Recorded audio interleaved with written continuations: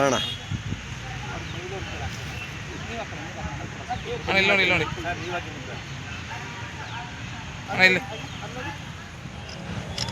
Sir ಒಂಚೂರು ಹತ್ರ ಬನ್ನಿ.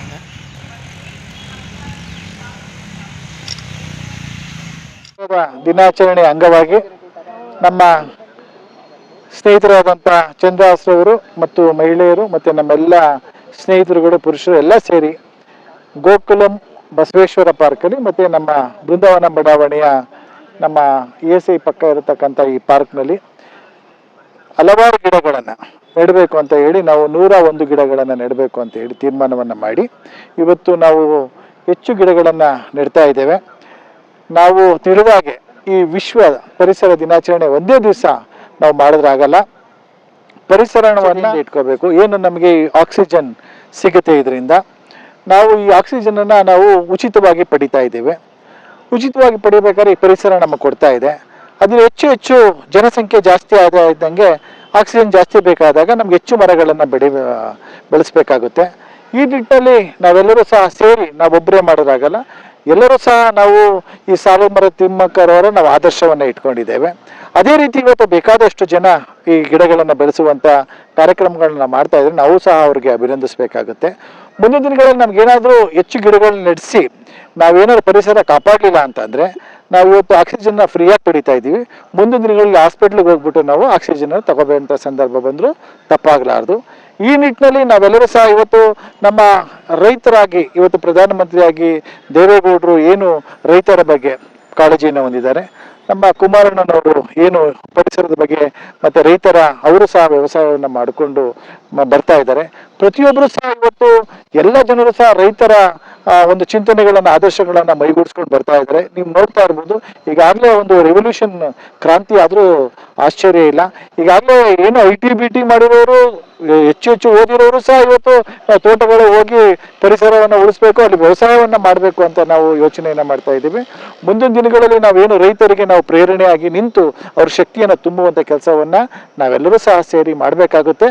ಅವತ್ತು ದಿವಸಗಳಲ್ಲಿ ನಾವು ಬರೀ ವ್ಯವಸಾಯ ಮಾಡೋ ಜೊತೆಗೆ ಗಿಡಗಳನ್ನು ಬೆಳೆಸುವ ಜೊತೆಗೆ ಬೆಳೆಸಿದ್ರೆ ಆಗ ನಮ್ಗೆ ಇನ್ನೂ ಹೆಚ್ಚು ಪರಿಸರದ ಕಾಳಜಿ ಉಂಟಾಗುತ್ತೆ ಅಂತ ಈ ಸಂದರ್ಭದಲ್ಲಿ ಹೇಳ್ತಾ ಈ ಕಾರ್ಯಕ್ರಮವನ್ನು ಆಯೋಜನೆ ಮಾಡಿರ್ತಕ್ಕಂಥ ನಮ್ಮ ಚಂದ್ರಾಸ್ ಅವರು ಮತ್ತು ನಮ್ಮ ಕುಮಾರಣ್ಣವರು ಅವರೆಲ್ಲ ಸ್ನೇಹಿತರಿಗೆ ಮತ್ತೊಮ್ಮೆ ಅಭಿನಂದನೆಗಳನ್ನ ಸಲ್ಲಿಸ್ತಾ ಈ ಕಾರ್ಯಕ್ರಮದಲ್ಲಿ ಪಾಲ್ಗೊಂಡ ತಮ್ಮೆಲ್ಲರಿಗೂ ಸಹ ಅಭಿನಂದನೆಗಳನ್ನ ಸಲ್ಲಿಸ್ತಾ ಮಹಿಳೆಯರಿಗೆ ಮತ್ತು ನಮ್ಮ ಇನ್ನೊಬ್ಬರು ಸ್ನೇಹಿತರಾದಂಥ ನಮ್ಮ ಭೋಜರಾಜಣ್ಣವರು ಸಹ ಇದ್ದಾರೆ, ನಮ್ಮ ರಾಜೇಶ್ ಅಣ್ಣವರು ಇದ್ದಾರೆ, ಮತ್ತು ನಮ್ಮ ಅಕ್ಕ ಈಗಾಗಲೇ ಭಾಳ ಚೆನ್ನಾಗಿ ಮಾತಾಡಿದ್ದಾರೆ.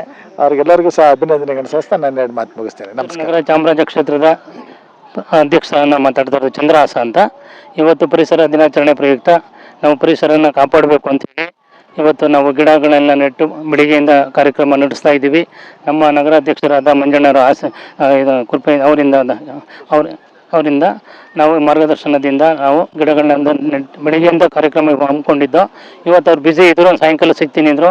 ತಮಗೆ ಅದಕ್ಕೆ ಸಾಯಂಕಾಲ ಪ್ರೋಗ್ರಾಮ್ ಇಟ್ಕೊಂಡು ನಾವು ಕುಮಾರಣ್ಣವರು ನೆಕ್ಸ್ಟು ಮುಖ್ಯಮಂತ್ರಿ 2028ಕ್ಕೆ ಮುಖ್ಯಮಂತ್ರಿ ಆಗಲಿ ಅಂತ ಅಂದ್ಬಿಟ್ಟು ಅವ್ರಿಗೆ ಆರೋಗ್ಯ, ಚಾಮುಂಡೇಶ್ವರಿ ಆರೋಗ್ಯ ಕೊಡಲಿ, ಪರಿಸರ ಅವ್ರಿಗೆ ಕಾಪಾಡಲಿ ಅಂತ ಹೇಳಿ ನಾವು ಇಲ್ಲಿ ಗಿಡಗಳನ್ನು ಹಮ್ಮಿಕೊಂಡಿದ್ದೀವಿ.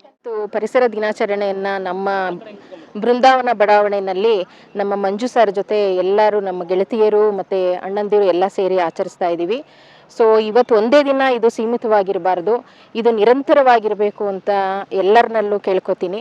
ಈಗ ಅಮೇರಿಕಾ ಅಂತ ಹೇಳ್ತಾರೆ ಎಲ್ಲ ಅಷ್ಟು ಹಸಿರಿದೆ ಹಾಗೆ ಹೀಗೆ ಅಂತ, ಬಟ್ ಅದು ಅವರು ಮ್ಯಾನ್ ಮೇಡ್ ಮಾಡಿರ್ತಾರೆ, ಅಂದರೆ ಮನುಷ್ಯ ಸೃಷ್ಟಿ ಮಾಡಿರುವಂಥದ್ದು.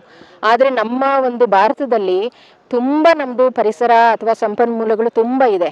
ಅದನ್ನು ಉಳಿಸ್ಕೊಂಡೋದ್ರೆ ಅಮೇರಿಕಾಗಿಂತಲೂ 100 ಪಟ್ಟು ಅದನ್ನು ಮಾಡ್ಬೋದು. ಆದರೆ ನಮ್ಮ ಎಲ್ಲರ ಸಹಕಾರಗಳಿರಬೇಕು.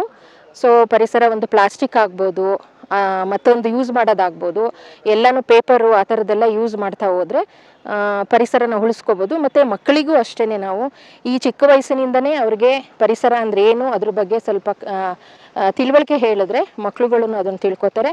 ಮತ್ತು ಆದಷ್ಟು ಈ ಕಸವನ್ನು ವಿಲೇವಾರಿ ಮಾಡುವಾಗ ಈ ಪ್ಲಾಸ್ಟಿಕ್ಕನ್ನು ಬಿಟ್ಟು ಪೇಪರ್ ಬ್ಯಾಗ್ಸು ಆ ಥರದ್ದಲ್ಲಿ ಮಾಡಿ, ಹಸಿ ಕಸ ಒಣ ಕಸವನ್ನು ಬೇರೆ ಮಾಡಿ ನಾವು ಪರಿಸರವನ್ನು ಕಾಪಾಡಬೇಕು ಅಂತ ಹೇಳ್ಕೊಳ್ಳೋಕ್ಕೆ ಇಷ್ಟಪಡ್ತೀವಿ. ಅಲೀಲಾ ಅಂಥೇಳಿ.